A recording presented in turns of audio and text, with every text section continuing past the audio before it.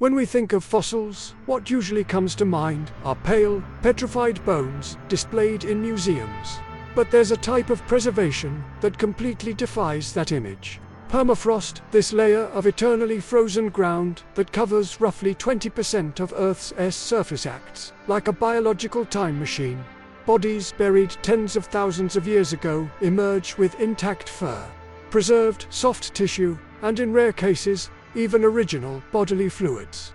Today, here on Aquaria Extenta, I am taking you through 7 of the most extraordinary discoveries that Siberian ice has ever returned to science. Let us start with the discovery that made global headlines in 2015. The cave lion cubs found along the banks of the Yana River in Siberia. During an unusually warm summer, the river overflowed with unusual force and began eroding the frozen slopes.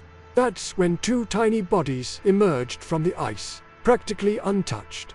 Researchers named them Yayan and Dina, in homage to the river that had safeguarded them for millennia. These weren't skeletons, they were perfect mummies. Skin, muscles, internal organs, everything intact. Initial estimates suggested they were 12,000 years old, but detailed analysis revealed they were between 25,000 and 50,000 years old. Both had baby teeth and closed eyes, dying at merely 7 to 14 days old. A CT scan of Yayan revealed a heartbreaking detail: traces of mother's milk in his stomach. They were alive and fed just moments before being buried. In 2017, the same river delivered Boris, 43,000 years old, found in a peaceful position with his head resting on his paws like a sleeping kitten. In 2018, Sparta completed the quartet female, showing clear signs of malnutrition, likely abandoned at birth.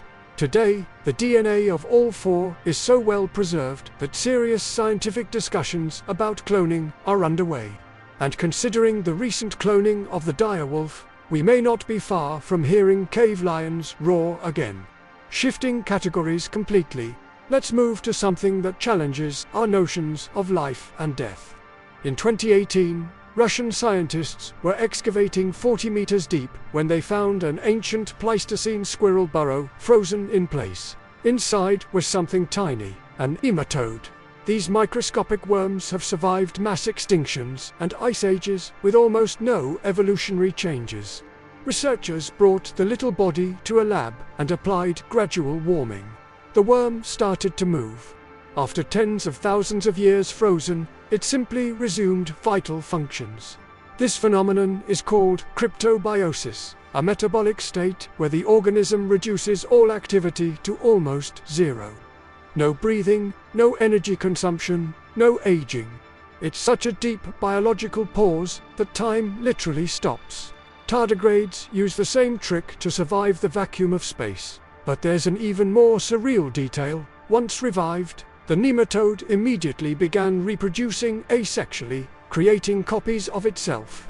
A creature that slept while mammoths roamed the earth woke up in a 21st century lab and instantly started multiplying. Scientists were astonished, but also uneasy. If a worm can do this, what else is asleep under the ice? Prehistoric viruses, extinct bacteria. The thawing permafrost may be a biological Pandora's box we're opening without realizing it.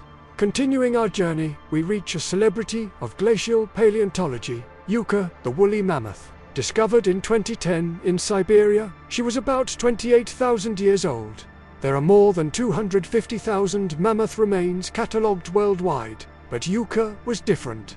Reddish-brown fur, still firm, a nearly intact trunk, and preserved organs: heart, liver, even the digestive system.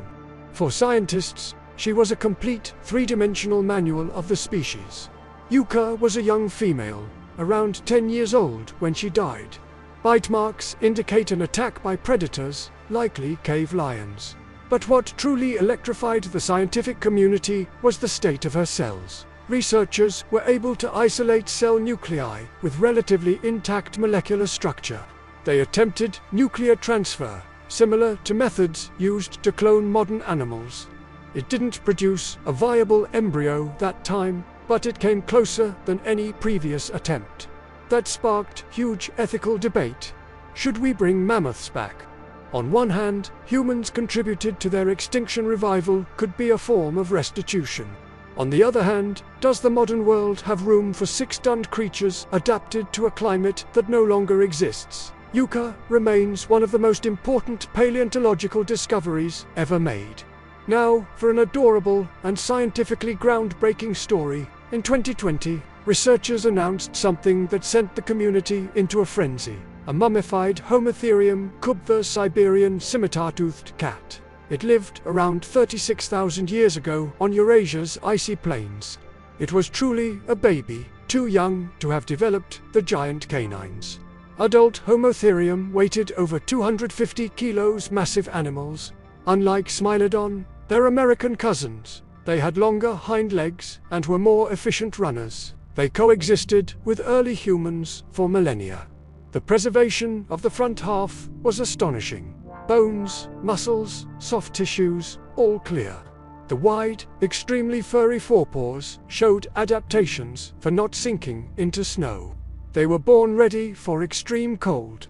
The fur had a rusty brown tone, without stripes or spots. Interesting, since large cats usually rely on camouflage patterns. One hypothesis suggests they changed patterns as they aged, like modern tapir calves do. But the discovery also shed light on a major controversy. Were their enormous canines exposed or covered by lips? Movies always show saber teeth sticking out, but biologically that never made sense. Exposed teeth wear down fast, become sensitive, and risk infection. The preserved mouth structure showed indications of thick, fleshy lips that likely covered the canines. And a 25,000-year-old sculpture made by prehistoric humans depicts a cat with covered saber teeth. Our ancestors saw these animals alive. This discovery, isn't just a cute cubit essay window into the biomechanics of one of the Ice Age's most efficient predators. Leaving predators behind, let's move to an herbivore with a peculiar, an unsettling story: Blue Babe, a steppe bison that roamed Europe, Asia, and North America during the Pleistocene. Discovered in 1979 by miners in Alaska, the nickname came from a bluish tint in the skin, caused by iron phosphate deposited during mummification. It resembled modern European bison but was larger, nearing a ton in weight. Its preservation was exceptional: hide, muscles, even tightly attached horns. Dating showed it was 36,000 years old, and its skin bore deep bite and claw marks, signs of cave lion attacks. But the story has a controversial twist. During study, researchers had a bold idea: taste the meat. They removed a piece from the neck, cooked it with vegetables and mushrooms, and ate it. The flavor was a mix of beef, earthy notes, and slight metallic temps. No one got sick. The meat was technically edible after 36,000 years frozen. Blue Babe entered history as the only fossil ever officially served as a scientific meal. It raises questions about preservation. If muscle tissue can maintain viable protein structure for tens of thousands of years, what other applications might that have? Now for a discovery that always fascinated me: the leaner horse, an extinct species of Siberian equine. The specimen was about 42,000 years old and had unique characteristics. It was much smaller, under 1 meter tall, but with extremely dense, long fur, perfect for surviving temperatures of -40 degrees Celsius or lower. Interestingly, it only went extinct around 2,000 years ago.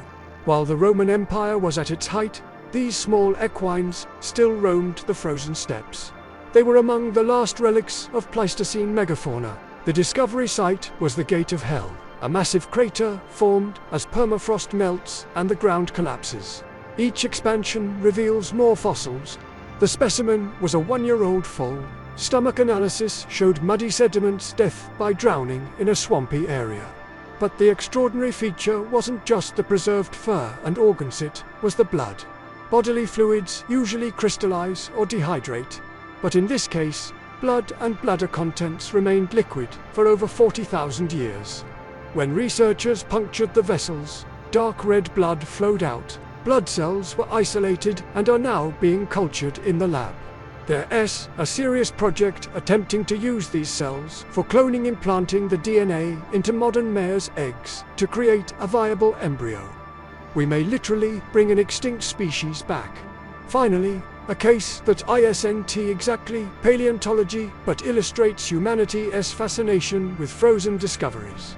The infamous Minnesota Iceman, one of the greatest hoaxes in cryptozoology. In the 1960s and 70s, Frank Hansen toured fairs exhibiting what looked like a humanoid, hair-covered body encased in ice with ape-like features. He claimed it was the missing link between humans and Neanderthals.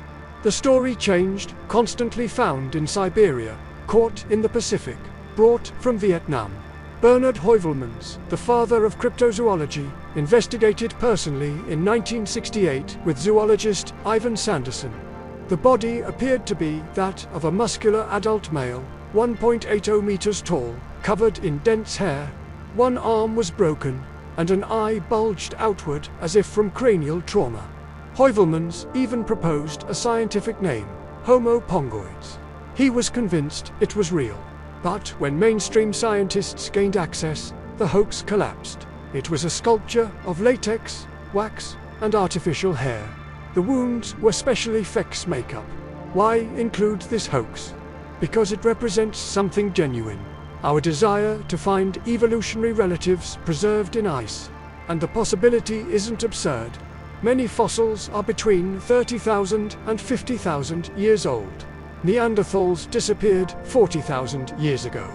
There is a viable time window in which a hominid could be preserved. We already have real examples. The Siberian Ice Maiden, 2,000 years old, with visible tattoos. The Inca Maiden, 500 years old, a ritual sacrifice victim who died from a mycobacterium infection. What's clear is that we're only scratching the surface. Every summer, more ice melts, and new fossils emerge. Paleontology is living a golden age. And who knows, maybe in the near future, we'll truly be able to bring some of these species back. If you made it this far, thank you for joining this journey through frozen time. Leave a like to help Aquaria Extenta grow, and tell me in the comments what other natural curiosities would you like to see. See you next time.